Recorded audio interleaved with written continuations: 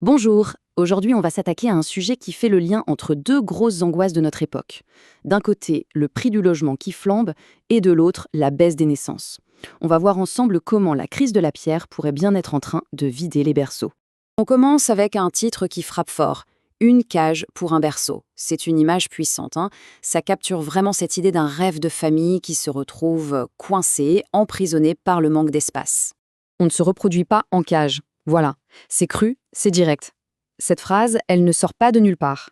Elle est tirée d'une immense enquête parlementaire. C'est un des 30 000 témoignages qui ont été recueillis.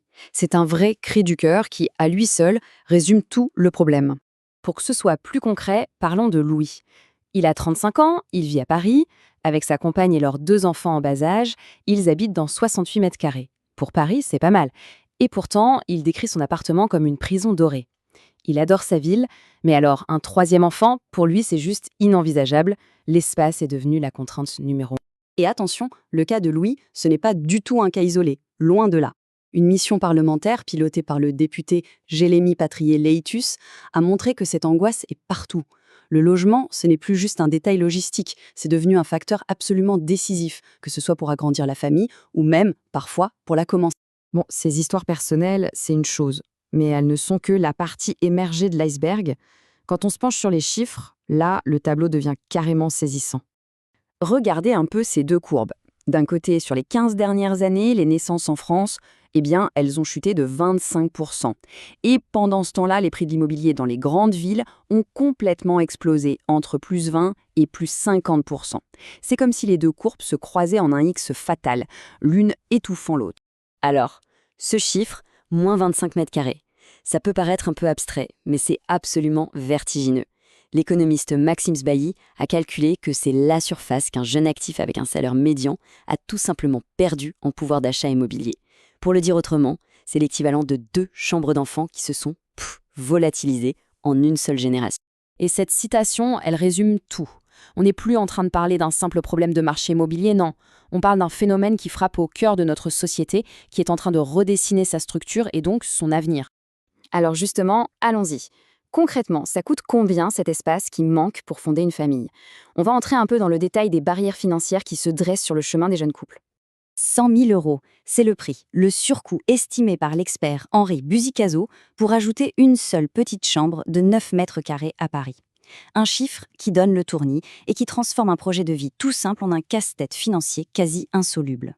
Bon, et si on ne peut pas acheter, on loue, non? Pas si simple. Louer un appartement avec juste une chambre en plus, c'est en moyenne 400 € de plus sur le loyer, chaque mois. Et le pire, c'est que le problème ne s'arrête pas là. Pour avoir le droit de louer cet appartement plus grand, les agences exigent des revenus très élevés. Ce petit surcoût de 400 € de loyer, eh bien, il faut prouver environ 1 300 € de revenus mensuels en plus. Pour beaucoup, c'est une marche bien trop haute.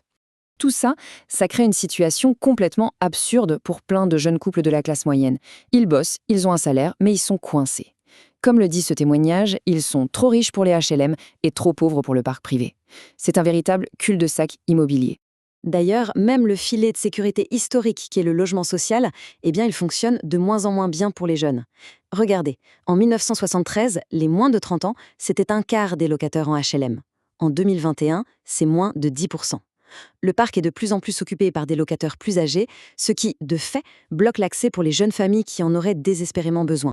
Forcément, cette pression immobilière dingue, elle a des conséquences sur le territoire. Elle est en train de redessiner complètement la carte de France et de créer une vraie fracture entre les villes et le reste du pays. C'est très clair quand on compare. D'un côté, les grandes métropoles comme Paris. La fécondité s'y effondre. On dit même que les familles y sont une espèce en voie de disparition.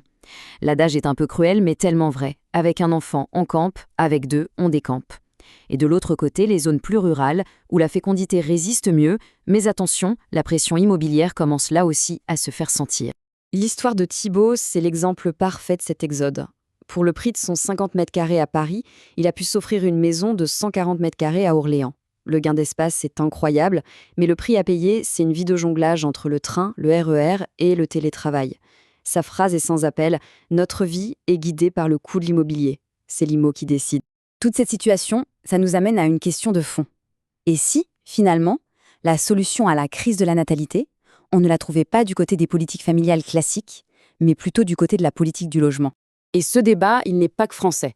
Des chercheurs nord-américains se sont posé la même question, avec ce titre assez provocateur « Construis bébé, construis ». C'est un clin d'œil à un slogan politique bien connu là-bas, mais l'idée de fond est très sérieuse. Il y a un lien direct, mesurable, entre la construction de logements et la fécondité. Et les résultats de leur étude sont bluffants. La crise du logement serait responsable de plus de la moitié de la baisse de la fécondité aux États-Unis dans les années 2000. Et leur modèle va même plus loin. Il suggère que construire plus de logements familiaux, donc plus grands, pourrait directement faire remonter le nombre de naissances. L'OCDE rajoute une couche au problème. L'organisation parle de la multiplication des tanguises involontaires. On se souvient tous du film, cet adulte qui ne veut pas quitter ses parents. Sauf que là, ce n'est pas par choix. Ce sont des jeunes qui restent chez leurs parents beaucoup plus longtemps parce qu'ils n'ont tout simplement pas les moyens de partir. Et la question est simple, comment on fonde une famille quand on ne peut même pas fonder son propre foyer ? Face à tout ça, les politiques commencent à bouger.